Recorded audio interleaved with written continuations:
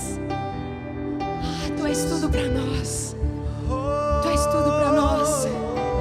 Não existe riqueza maior que um homem possa ter, maior do que Ele. Ele é Jesus. Ele é Jesus. Aleluia, Jesus.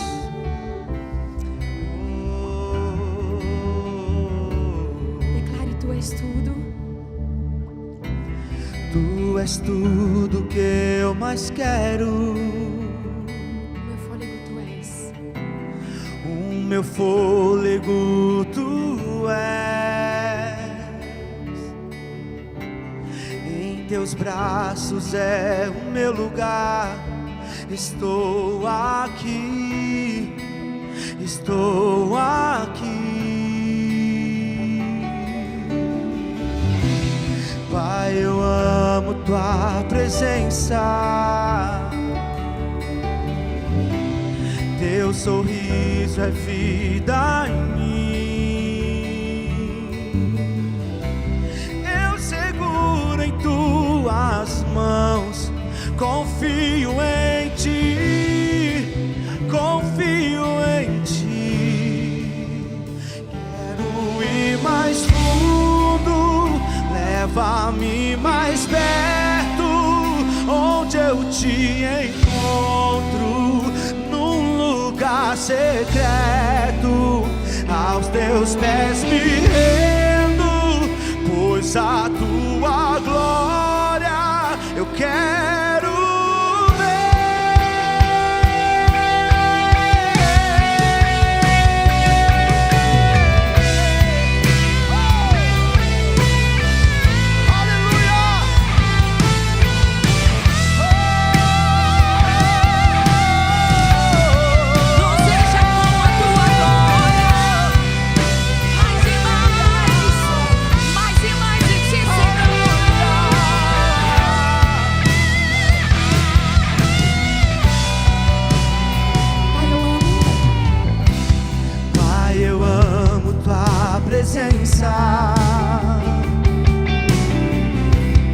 Teu sorriso é vida em mim. Eu seguro em Tuas mãos. Confio em Ti. Confio em Ti. Quero ir mais fundo. Leva-me mais perto, onde eu Te encontro, no lugar secreto. Aos Teus pés me rendo, pois a Tua glória eu quero ver.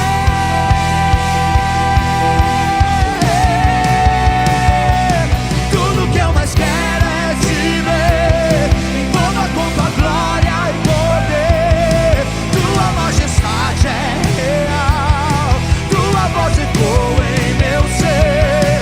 Tudo que eu mais quero é Te ver, envolva com Tua glória e poder. Tua majestade é real, Tua voz ecoa em meu ser. Tudo que eu mais quero é Te ver, envolva com Tua glória e poder. Tua majestade é real, Tua voz ecoa em meu ser. Tudo que eu mais quero é Te ver, envolva com Tua glória e poder. Tua majestade é real, Tua voz ecoa em meu ser. Fala pessoal, estou passando aqui para falar justamente com você. Estamos aqui no Templo da Lagoinha, São Paulo. Olha, essa reforma está sendo incrível, porque quanta coisa velha saindo para dar espaço para o novo. E eu creio que neste lugar o Senhor vai fazer tantas maravilhas que você não pode ficar de fora. Quantas famílias serão transformadas neste lugar? Imagina aí ver as pessoas que você ama vivendo um novo começo. Olha, este lugar nós cremos que já é um lugar de cura, de restauração, de viver o novo de Deus. É por isso que eu quero que você já comece a gerar expectativa a partir de agora, para este novo tempo que Deus está trazendo na sua vida. Você pode fazer parte também deste propósito. Junte-se a nós. Através da sua oferta de amor, através da sua contribuição, você pode fazer isso em uma das nossas contas da nossa igreja. Os dados bancários estão aqui e através também do aplicativo PicPay, você vai contribuir de uma forma segura. Vamos juntos e Deus abençoe a sua vida em nome de Jesus. Neemias, capítulo de número 5.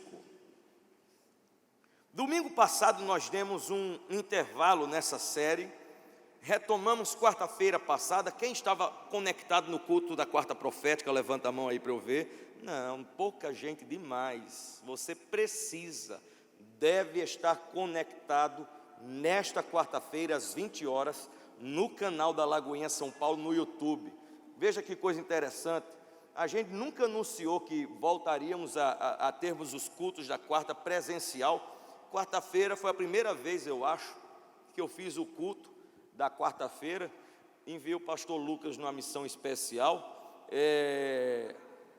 E quarta-feira apareceram 5 pessoas aqui para assistir o culto presencial. Eu disse, meu Deus, quem falou para esse povo que a gente voltou presencialmente?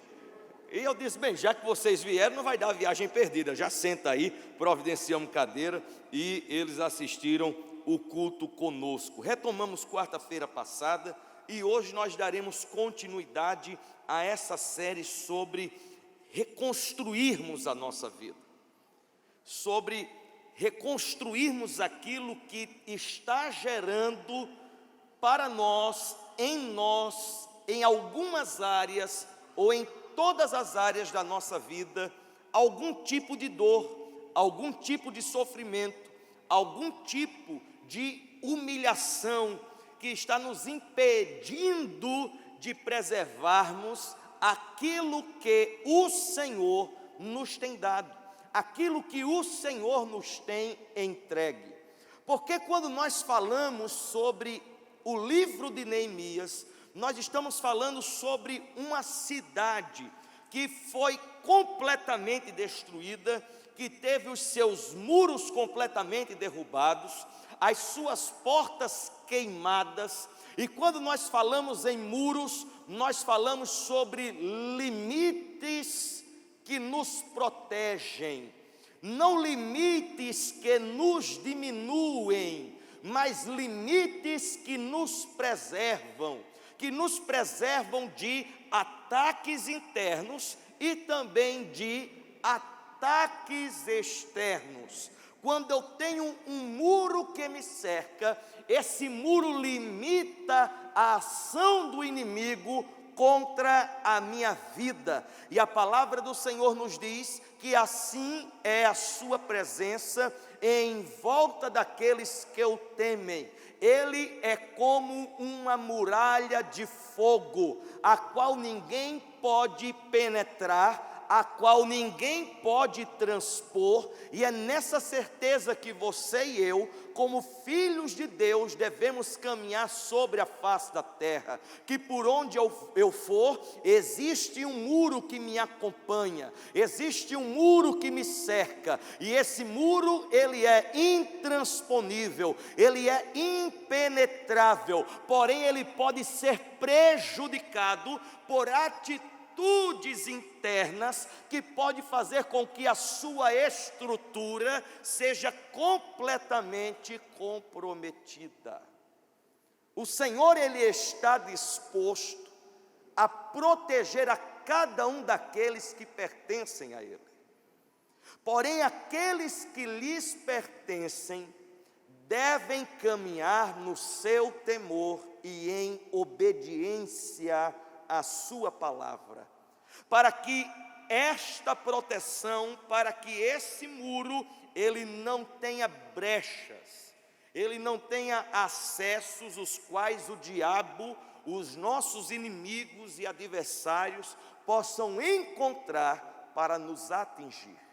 Se você tem discernido em Deus que o diabo tem tocado em algumas áreas da sua vida, é hora de você rever os seus muros, é hora de você rever a estrutura do seu muro e tentar enxergar onde está a brecha que foi aberta, para que a sua vida, ela não seja movida a passos lentos, porque com certeza Deus, Ele tem pressa de fazer algumas coisas acontecer na sua história e através de você, mas todas as vezes que nós colocamos em risco,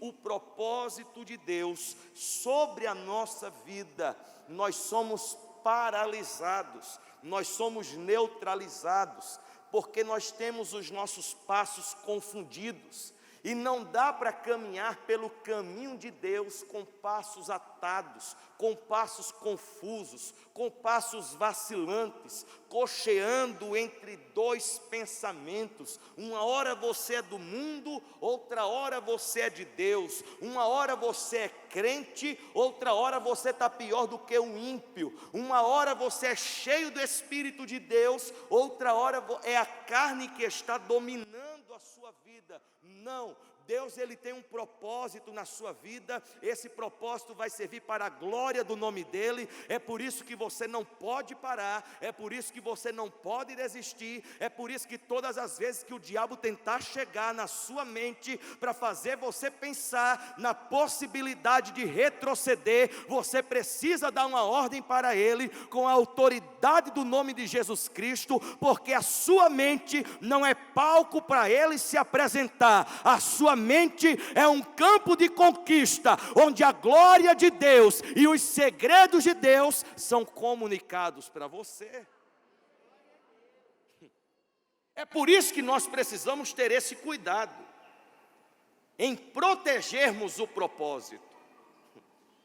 Nós protegemos a nossa vida profissional, nós protegemos o nosso ministério, protegemos a nossa igreja, protegemos tantas outras coisas que diz respeito a nós, que diz respeito à nossa vida, mas muitas vezes nós deixamos a nossa alma, deixamos o nosso espírito, deixamos as nossas emoções, deixamos a nossa fé vulneráveis aos ataques do diabo.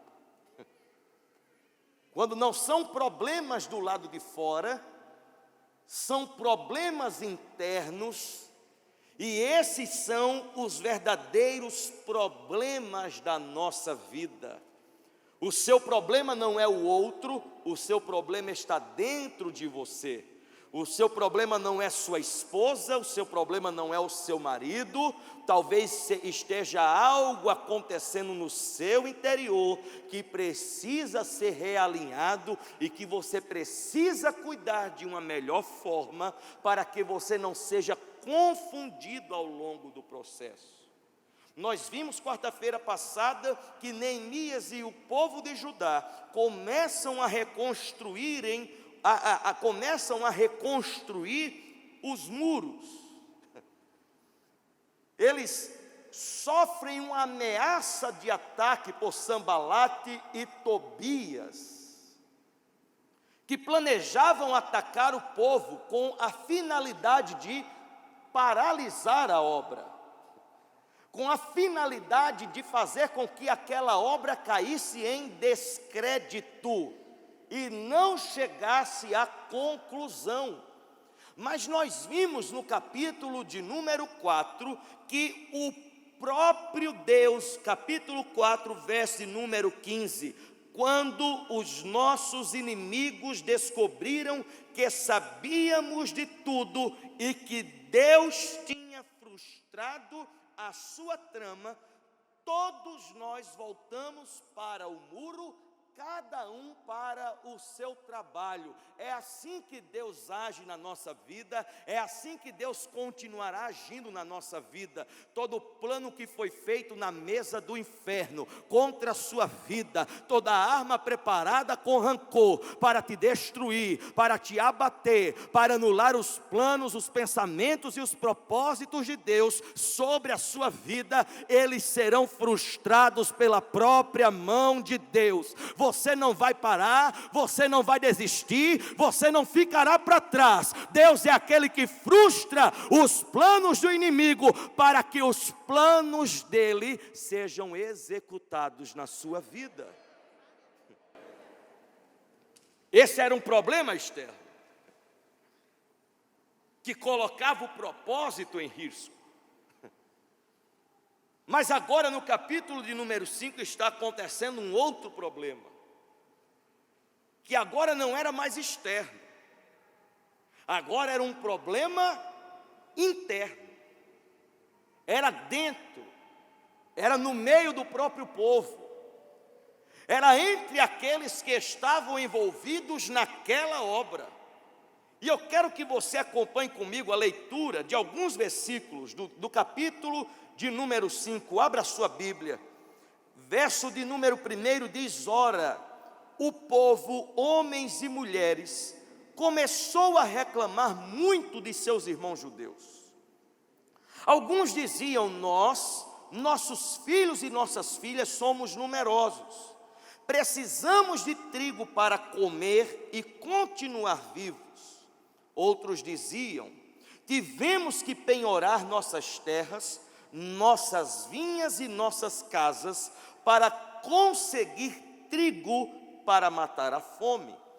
Verso de número 4: e havia ainda outros que diziam: tivemos que tomar dinheiro emprestado para pagar o imposto cobrado sobre as nossas terras e as nossas vinhas.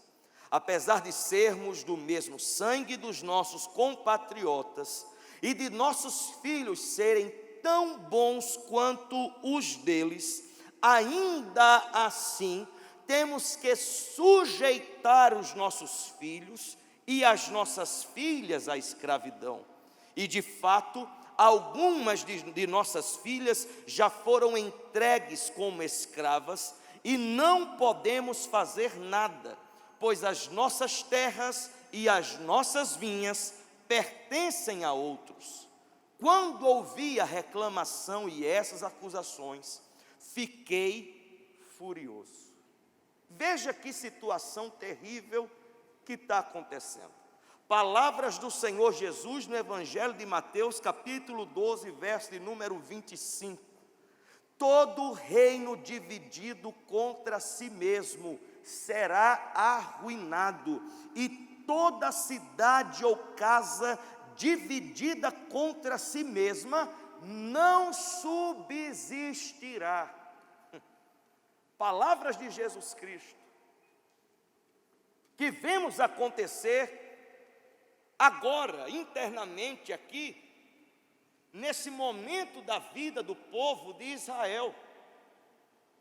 No momento crucial da sua vida, uma divisão interna começa a acontecer, colocando em questão não a execução da reconstrução do muro, mas a sua identidade como povo de Deus sobre a face da terra.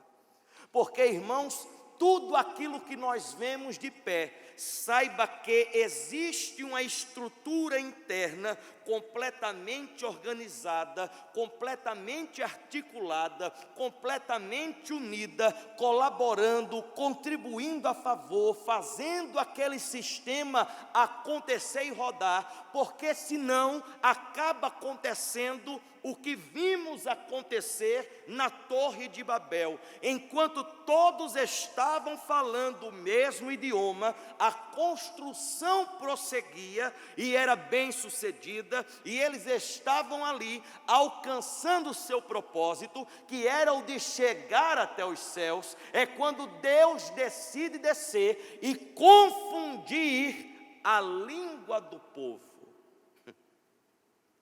E quando a língua do povo não é a mesma, e quando o entendimento do povo não é o mesmo, quando a mente do povo está dividida, quando o coração do povo está voltado cada um para os seus próprios interesses, não tenha nenhuma dúvida, o propósito já foi colocado em risco, e aquilo que era para ser sinônimo de sucesso, sinônimo de glória para o nome do Senhor, será transformado, resultará em humilhação e em vergonha.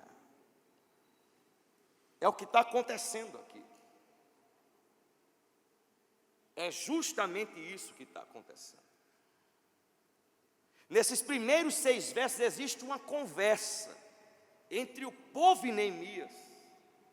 E eles estão dizendo: olha, nós que éramos livres, nós que tínhamos os nossos filhos também livres, nós que éramos donos das nossas próprias coisas, nós que tínhamos e colhíamos aquilo que plantávamos, agora não somos donos de mais nada, os nossos filhos foram vendidos como escravo, está uma bagunça, não temos o que comer, olha o que está acontecendo. Eu tenho certeza que não era para estar acontecendo, mas preste atenção, se você não mudar essa situação, Neemias, a coisa tende a piorar, porque é assim.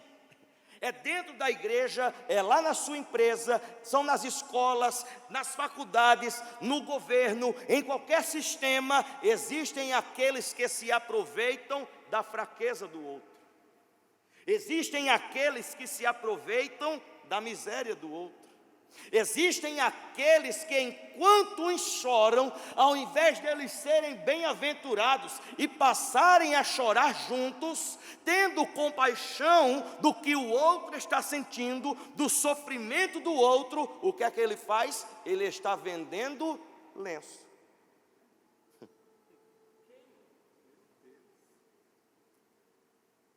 São os valores invertidos que precisam ser convertidos ao Senhor. Valores que estão dentro de nós, que não podem comprometer aquilo que Deus está realizando na nossa vida. Quando nós olhamos para dentro das igrejas, nós vemos a série de escândalos que trazem descrédito sobre aquilo que deveria ser uma resposta de Deus para a humanidade, por causa de valores que foram sendo corrompidos ao longo do tempo. É o que está acontecendo aqui. Mas eu quero que você preste atenção nisso que eu tenho para compartilhar com você nessa manhã. É que nós temos um Deus que não fica alheio ao clamor do seu povo.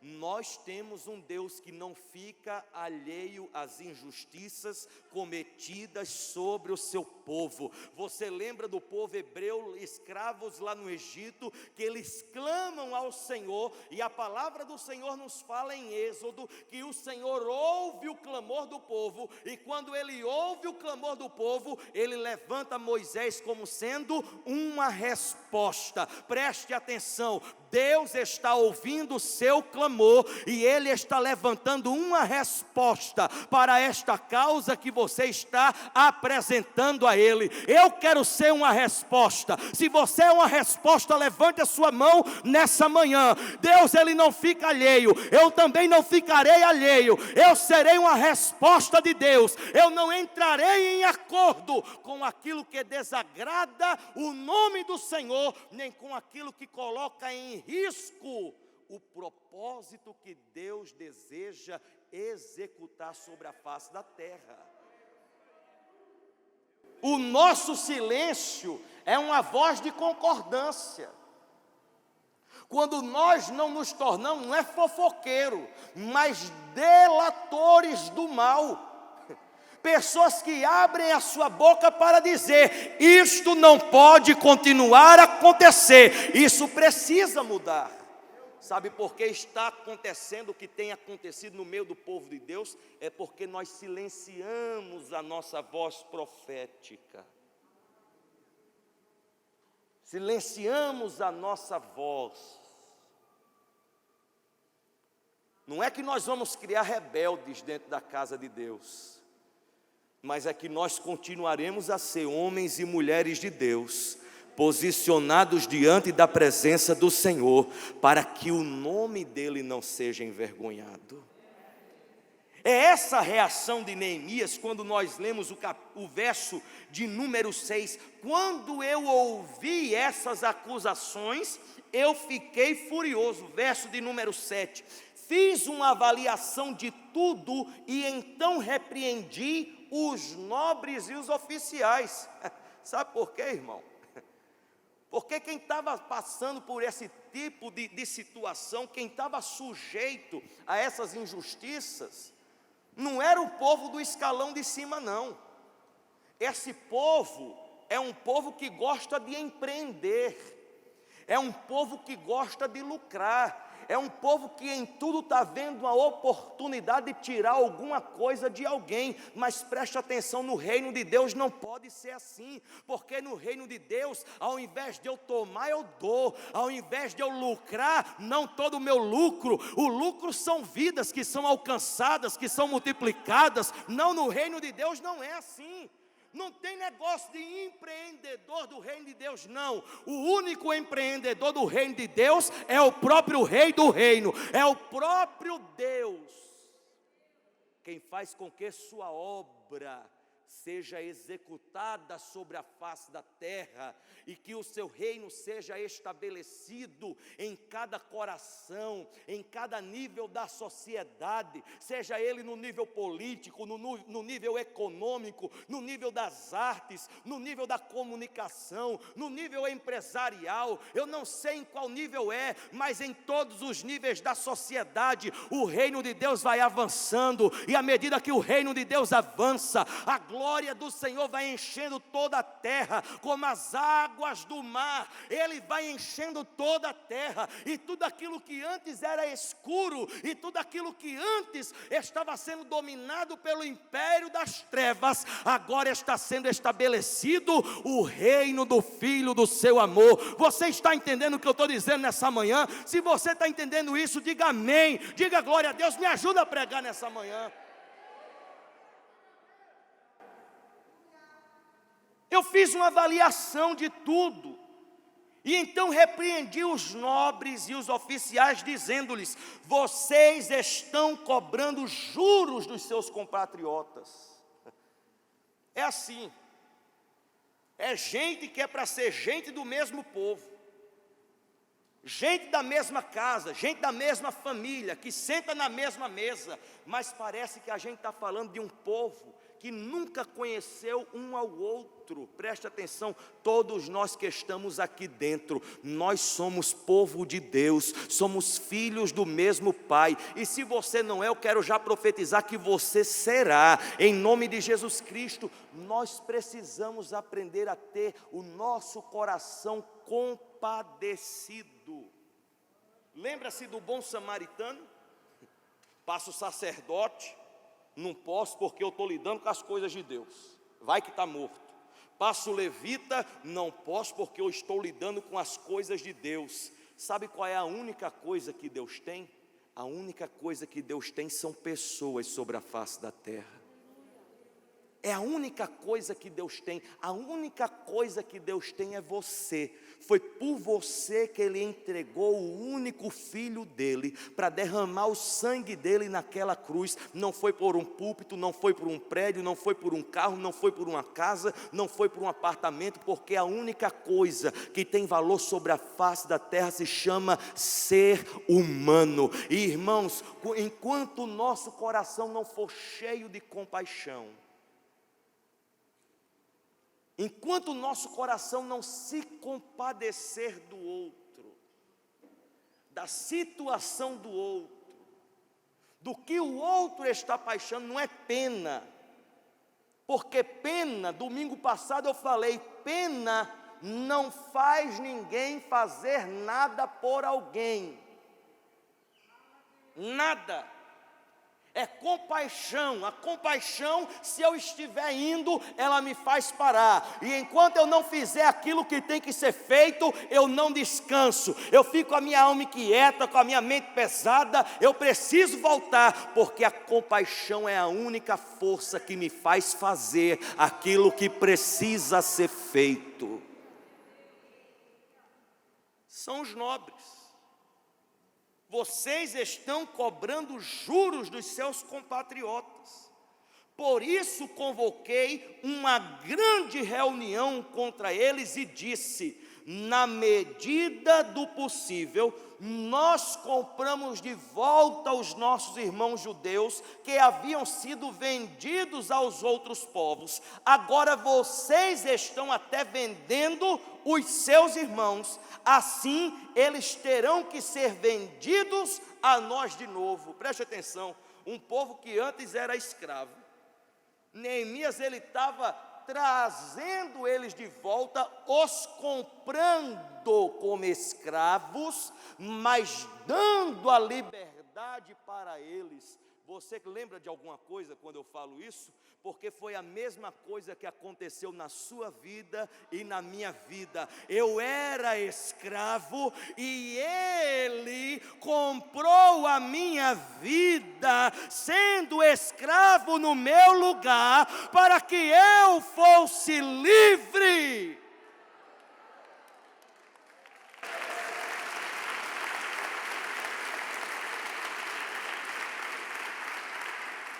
São atitudes como essa que dentro da igreja também acontece. Atitudes nossas, maneira de falar nossa, reações nossas, decisões nossas, que fazem com que dezenas, centenas, milhares de pessoas escolham voltar para a escravidão do diabo. Não justifica, mas nós precisamos aprender. Nós precisamos aprender a ter um coração humilde e ensinável. Nós precisamos dar o devido valor que cada pessoa tem. Olha para a pessoa que está do seu lado e olha para ela nesse momento aí. Diga para ela: você tem valor, você é precioso. Você foi comprado com o sangue de Jesus. Você foi comprada com o sangue de Jesus, minha filha. Deus te abençoe. Quero que valorize o que você tem. Você é um ser, você é alguém tão importante para Deus. Nada de ficar sofrendo angústia e dor nesse seu complexo inferior, dizendo às vezes que não é ninguém. Eu venho falar do valor que você tem. Eu venho falar do valor que você tem. E por que nós somos valiosos? Por que nós somos preciosos? Ele está em você, o Espírito Santo se move em você, até com gemidos inexprimíveis. Daí você pode então perceber que para Ele há algo importante em você. Por isso levante e cante, exalte ao Senhor. Você tem um valor, o Espírito Santo. Você tem um valor, o Espírito Santo. Sabe o que é, irmão?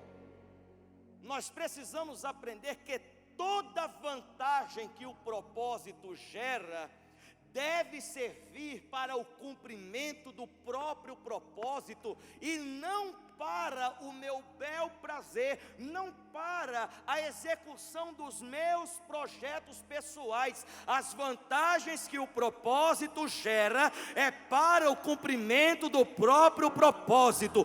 Tudo é revertido para o propósito. Não importa quem é você que está sentado aí, mas se Deus está fazendo a obra na sua vida, saiba de uma coisa: é para que a sua vida faça a obra dele acontecer sobre a face da terra.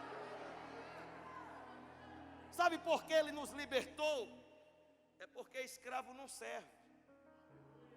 Escravo cumpre obrigação, Mas gente livre não, gente livre serve. Você é livre, é por isso que você serve. Você é livre, é por isso que você serve. Quem é escravo cumpre a obrigação, mas quem foi liberto, quem experimentou da verdadeira libertação, serve aquele que o libertou.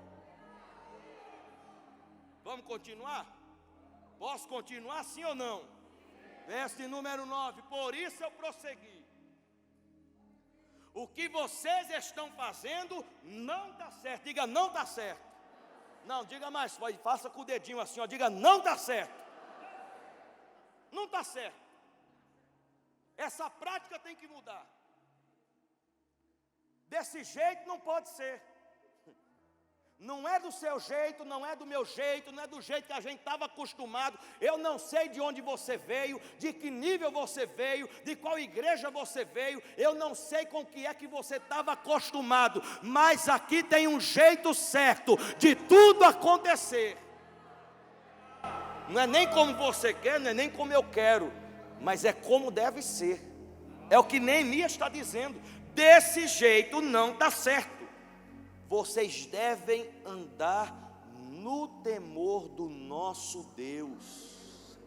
Ô irmãos, isso aqui é precioso. E você não dá nenhum glória a Deus. Só ouvi a irmã Renata dando glória a Deus.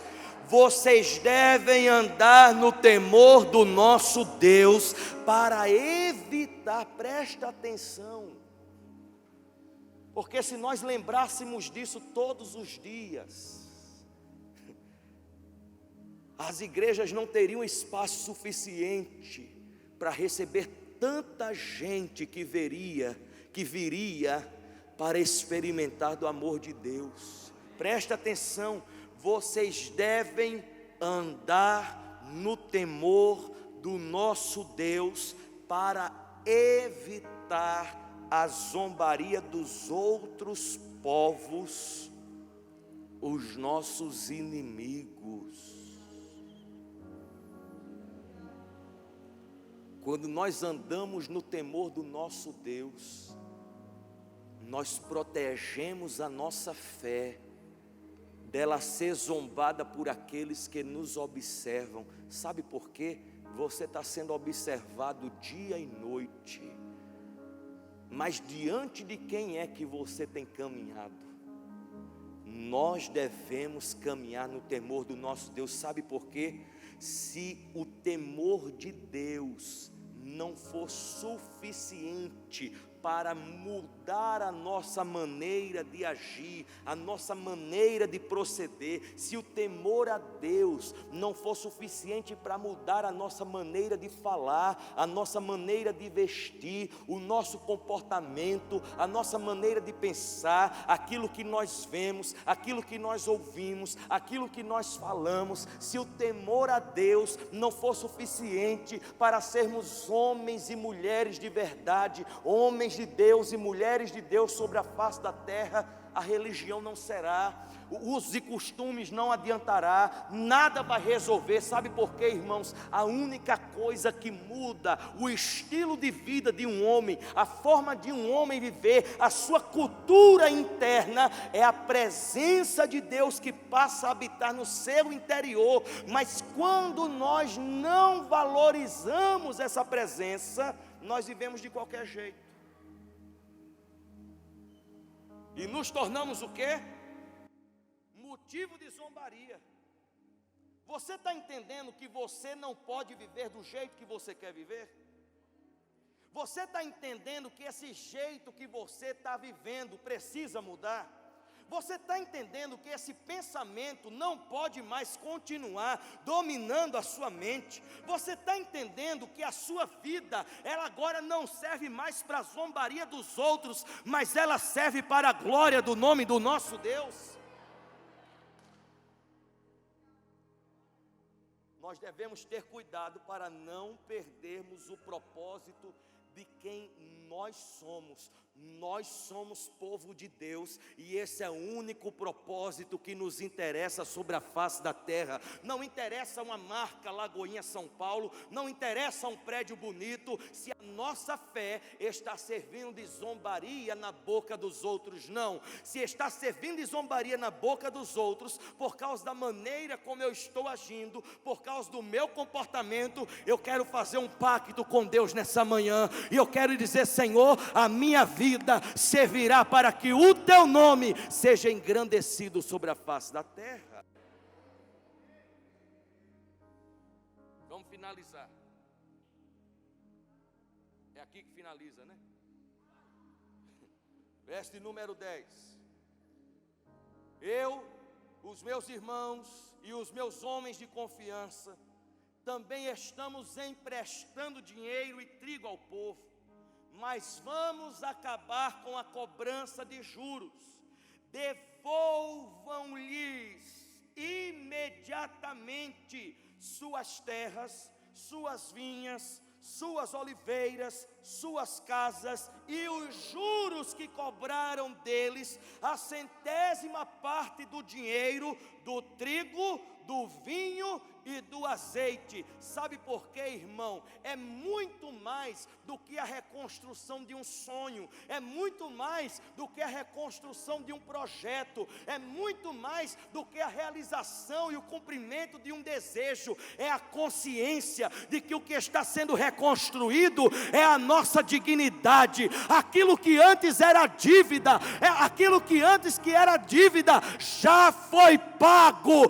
Toda dívida que eu tinha já foi paga naquela cruz. Eu não posso mais andar com a mentalidade de devedor. Você não deve nada. Toda dívida que tinha sobre a sua vida já foi quitada pelo precioso sangue de Jesus. Foi liberado perdão sobre a sua vida. Quem é perdoado, levanta as suas duas mãos para o alto. Diga graças a Deus por esse perdão. Diga obrigado, Jesus, pelo teu perdão. Obrigado, Jesus, porque toda dívida que eu tinha, o Senhor pagou naquela cruz. É impossível reconstruirmos qualquer coisa enquanto mantivermos uma consciência de dívida na nossa mente, de que eu devo. Você não deve nada. Quando o diabo chegar para te cobrar qualquer coisa, diz: ô diabo, todo boleto que eu tinha que estava na sua mão, meu filho, já foi pago na cruz do Calvário. Não vem me cobrar aquilo que eu não devo.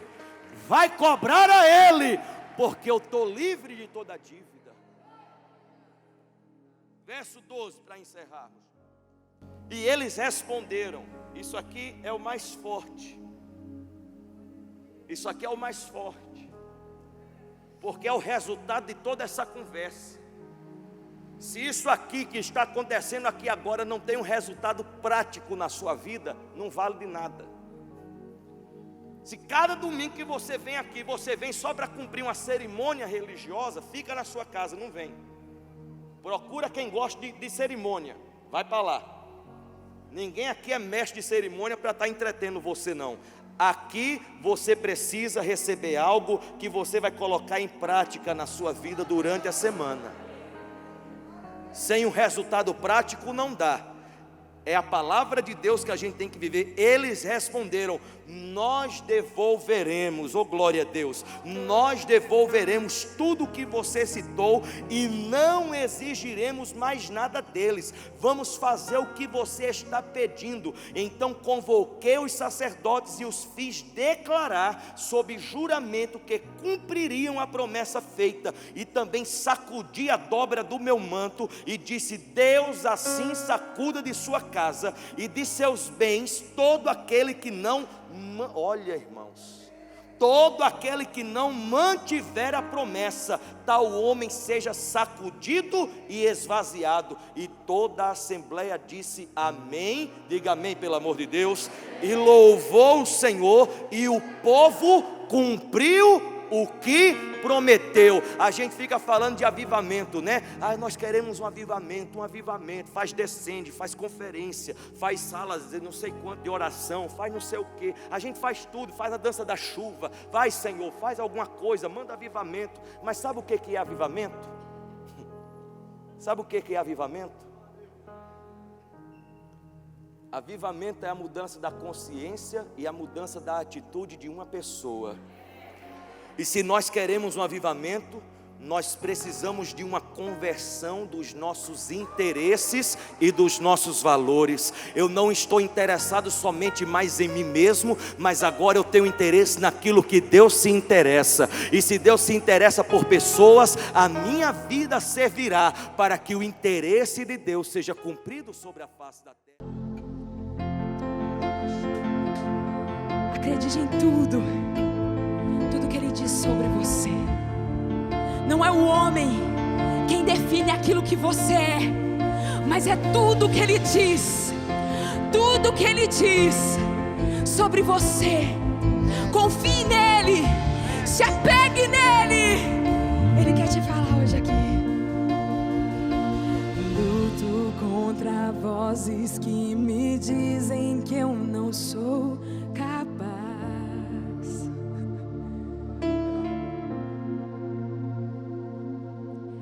Contra enganos que me dizem que eu não vou chegar lá.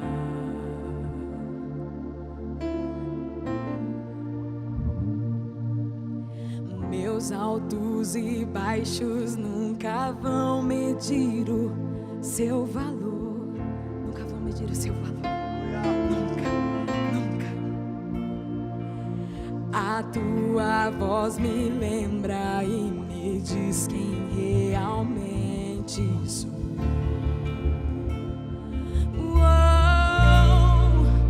Diz que amado sou, sem que eu me sinta assim.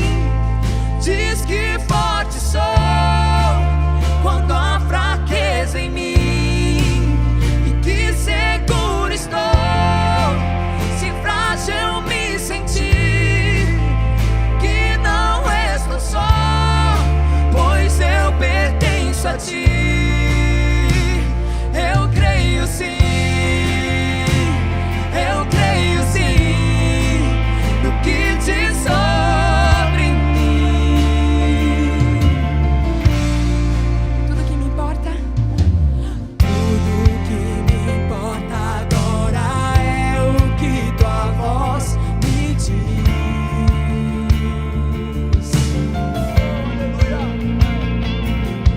A minha identidade e o valor só encontro em ti. Eu só encontro em ti. Eu só encontro em ti. Diz que amado sou, sem que eu me sinta assim. Hoje Ele te diz que forte sou, quando há fraqueza em mim. Que seguro estou, se frágil eu me sentir. Que não estou só, pois eu pertenço. Levanta suas mãos e declara: eu creio sim. Eu creio sim no que diz sobre mim. Sim, eu creio. Eu creio sim. Eu creio sim no que diz sobre mim.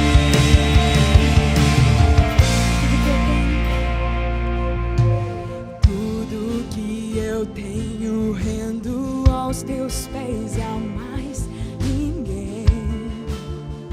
E é tudo a Ele hoje aqui. Eu te dei meus fracassos e as vitórias.